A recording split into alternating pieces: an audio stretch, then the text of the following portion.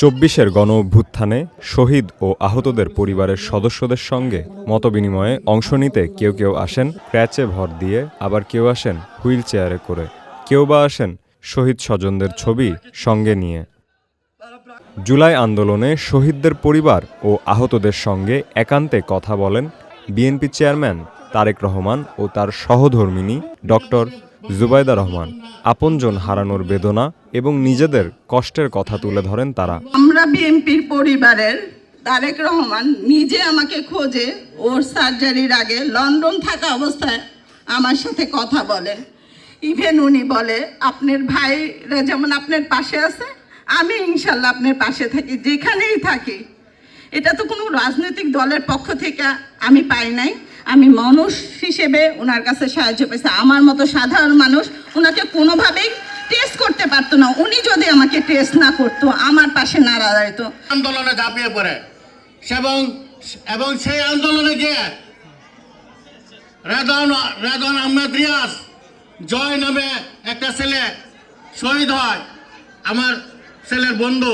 প্রায় 1-1.5 মাস ধরে বিভিন্ন মন্ত্রণালয়ে ঘুরতেছি যে তারা এতিম বাচ্চা, তাদের একটু লেখাপড়ার ব্যবস্থা করে দেন। কোনো মন্ত্রণালয় সাড়া দিচ্ছে না। আজকে উপদেষ্টা পরিষদে যারা আছেন তারা তো তাদের বাবাদের রক্তের বিনিময়ে ক্ষমতায় গিয়েছেন। আজকে আপনারা চেয়ারম্যান কাউন্সিলরও হতে পারতেন না। আজকে আপনারা ক্ষমতার ভোগ করতেছেন, ভোগ বিলাসিতা করতেছেন, প্রোটোকল নিচ্ছেন, কিন্তু যাদের বিনিময়ে সেখানে গেছেন তাদেরকে ভুলে গেছেন। এটাই ইন্ডিকেট করে না অন্ধ যখন চোখে দেখতে পায় তার হাতের লাঠিটার সাথে সবার আগে বেইমানি করে, এটাকেই সে দূরে সরিয়ে দেয়।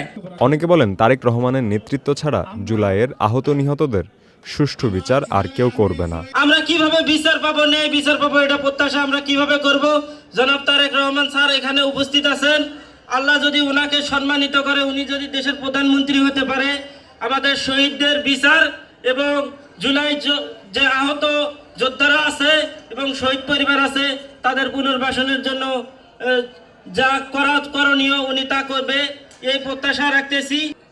আপনি আগামী নির্বাচনে ইনশাল্লাহ যদি জয়ী হন, অবশ্যই আমাদের সকল শহীদদের হত্যার বিচার করবেন আশা রাখি।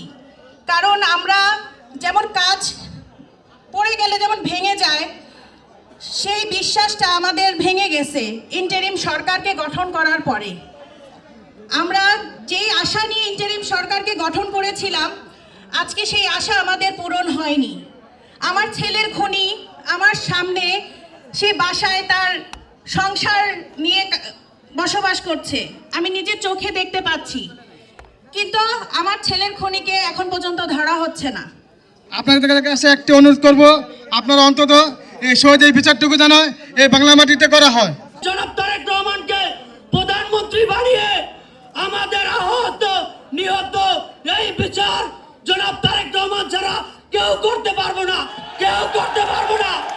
আমরা স্বজনহারা মানুষ, আমরা যারা অঙ্গহারা মানুষ আছি, আপনি ইনশাল্লাহ দেশের ক্ষমতায় আসবেন এবং আমাদের শহীদ এবং আহত পরিবারের কি করা দরকার তাদের জন্য এই হত্যার বিচার, কিভাবে শহীদ পরিবার ভালো থাকবে, আমি এতটুকুই আপনার কাছে দাবি রাখবো। তারেক রহমান ও ডক্টর জুবাইদা রহমান মনোযোগ দিয়ে তাদের কথা শোনেন এবং একই সঙ্গে তাদের পাশে থাকার প্রতিশ্রুতি দেন। মির্জা ইমতিয়াজ, চ্যানেল আই, ঢাকা।